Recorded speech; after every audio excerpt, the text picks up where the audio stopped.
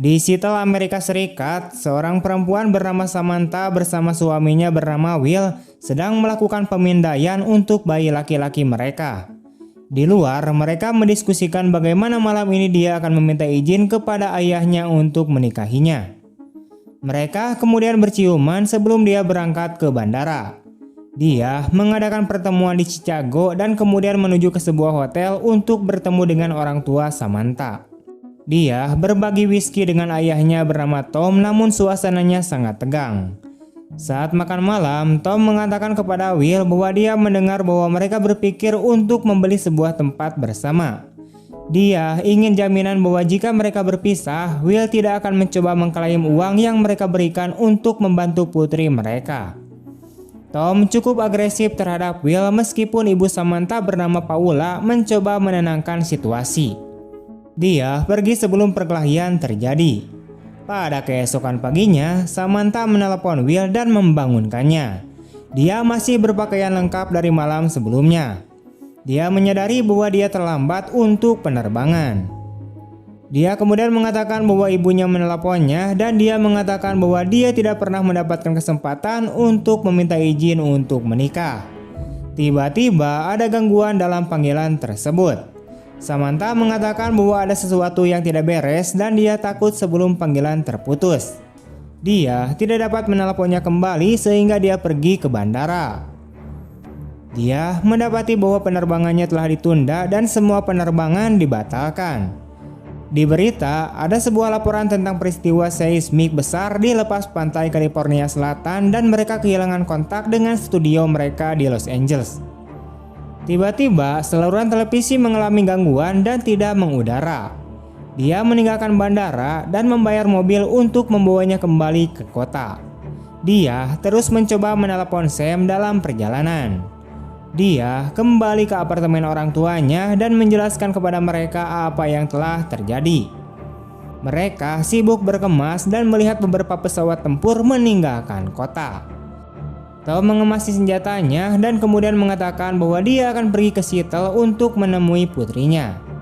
Dia ingin tahu apakah Will akan ikut dengannya. Paula akan pergi ke rumah putra mereka. Sementara itu, Tom menyetir dengan Will di kursi penumpang, namun jalanan kota macet.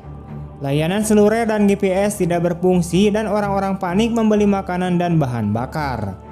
Will mengisi bensin mobil dan botol bensin sementara Tom pergi untuk membeli persediaan. Will kemudian didekati oleh geng yang mencoba merampok mereka, tetapi Tom mengeluarkan pistolnya dan membuat mereka takut. Saat mereka pergi, Will berpendapat bahwa Tom seharusnya memberitahunya bahwa dia memiliki pistol, tetapi Tom berpendapat bahwa jika mereka mengambil mobilnya maka semuanya akan berakhir. Tentara tidak mengizinkan mereka masuk ke jalan raya, namun Tom memohon dan seorang tentara mengizinkannya lewat. Mereka terus mengemudi dan melihat kereta api yang syarat dengan peralatan tentara juga menuju ke barat. Saat mereka berkendara di malam hari, mereka dihentikan oleh sebuah mobil polisi. Will keluar untuk berbicara dengan mereka, tetapi Tom menyadari bahwa itu bukanlah polisi sungguhan. Dia kembali masuk ke dalam mobil dan mereka melarikan diri. Mobil polisi kemudian menabrak mereka saat Tom menjelaskan kepada Will bagaimana cara menembakkan pistol. Akhirnya mereka berhasil melumpuhkannya. Mereka melanjutkan perjalanan namun berbelok untuk menghindari menabrak rusa dan menabrak sisi jalan. Mobil polisi tiba dan pria itu membuka pintu meminta Will keluar, tetapi Tom memukul kepalanya. Tom berpikir bahwa tulang rusuknya mungkin patah karena tabrakan tersebut. Mereka akhirnya menggunakan mobil polisi untuk menderek mobil Tom ke garasi. Keesokan harinya, mereka tiba di sebuah tempat parkir trailer. Semua orang melihat kedatangan mereka dengan curiga. Mereka bertemu dengan seorang anak kecil di bengkel bernama Ricky yang bisa memperbaiki mobil. Mereka mendengar suara di radio yang meminta bantuan. Di sisi itu, Tom mengalami memar besar di tulang rusuknya. Ricky menjelaskan masalah pada mobil tersebut, namun mengatakan bahwa mobil tersebut bisa rusak lagi. Tom lalu menawarkannya untuk membayarnya lebih untuk ikut dengan mereka, tetapi dia awalnya menolak. Tom mencoba meyakinkannya untuk membantunya dan dia mengatakan bahwa dia akan melakukannya dengan bayaran $2.000. Mereka kemudian mengisi mobil dengan peralatan perbaikan yang penting dan kemudian mereka semua pergi. Malam itu, Will menyadari ada seseorang di belakang mereka. Tom memerintahkan untuk menepi dan mematikan lampu. Saat mobil melewati mereka, dia mengikutinya dengan menggunakan lampu mobil sebagai panduan.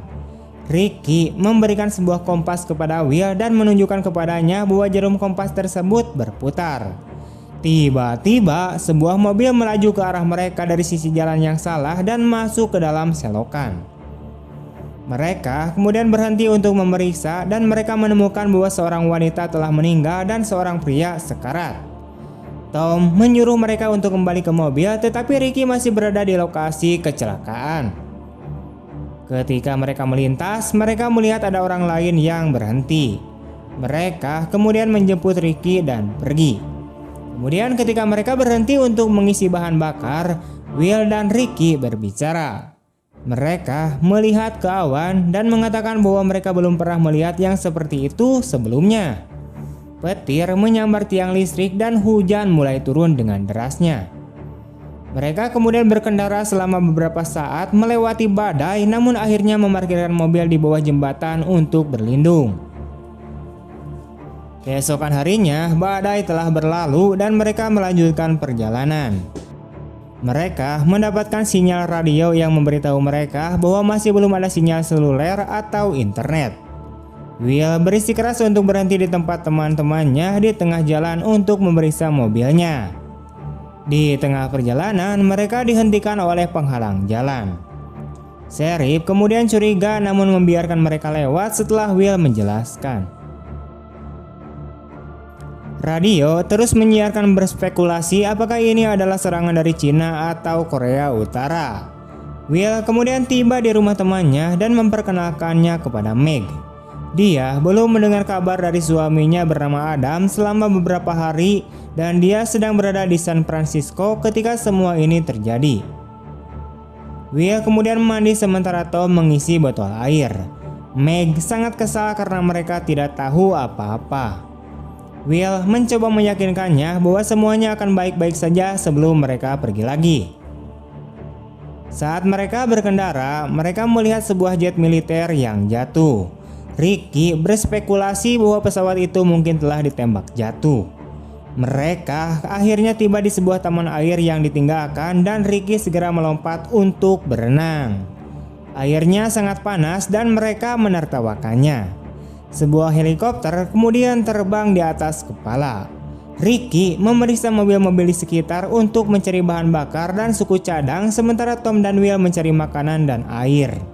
Tom mencoba mengambil 2 tabung gas namun kesulitan karena tulang rusuknya patah. Malam itu saat mengemudi, Will mendengarkan suara dengungan dan mereka memeriksa ponsel mereka. Tom menerima pesan suara yang sudah berumur 2 hari dari Samantha yang mengatakan bahwa Samantha mencintainya. Di kejauhan, mereka dapat melihat api dan kemudian melihat kerumunan orang yang berjalan ke arah mereka dengan berjalan kaki. Ricky mengatakan bahwa mereka harus kembali, tetapi Will mengatakan bahwa ini adalah satu-satunya jalan untuk melewati celah tersebut. Seorang wanita menghentikan mereka dan mengatakan bahwa bannya kempes. Mereka mencoba untuk membantu, tetapi kemudian seorang pria menyergap mereka dan mencoba mencuri bensin mereka. Dia menuntut Ricky untuk mengisi bensin mobil mereka dan kemudian dia mencuri sisa bahan bakarnya. Mereka mengejar untuk mencoba mengambilnya. Ricky kemudian diberi pistol dan menembak ban yang membuat mobilnya terbalik. Mereka kemudian mengambil kembali bensin, tetapi pria itu terjebak di dalam mobil dan memegang kontainer. Mereka berjuang untuk mengambilnya dan saat mereka pergi, mobil itu meledak. Segera setelah itu, Ricky bersikeras agar mereka menepi. Dia kesal karena merasa mereka bertanggung jawab atas kematiannya. Dia menyesal ikut dengan mereka dan pergi. Tom menyuruhnya untuk mengingat bahwa dia telah menyelamatkan nyawa mereka. Keesokan harinya mereka masih diparkir. Will memanggil Ricky namun tidak ada jawaban. Dia membangunkan Tom dan mengatakan bahwa Ricky telah mengambil barang-barangnya dan pergi. Mereka akhirnya pergi tanpa Ricky. Tom terus terbatuk-batuk. Mereka kemudian berhenti ketika menyadari ada kereta api yang berhenti di depan mereka setelah ditabrak sesuatu. Will kemudian pergi untuk menyelidikinya, sementara Tom mencoba untuk memberikan perawatan medis pada dirinya sendiri. Dia berjuang dan mengatakan bahwa paru-parunya telah runtuh.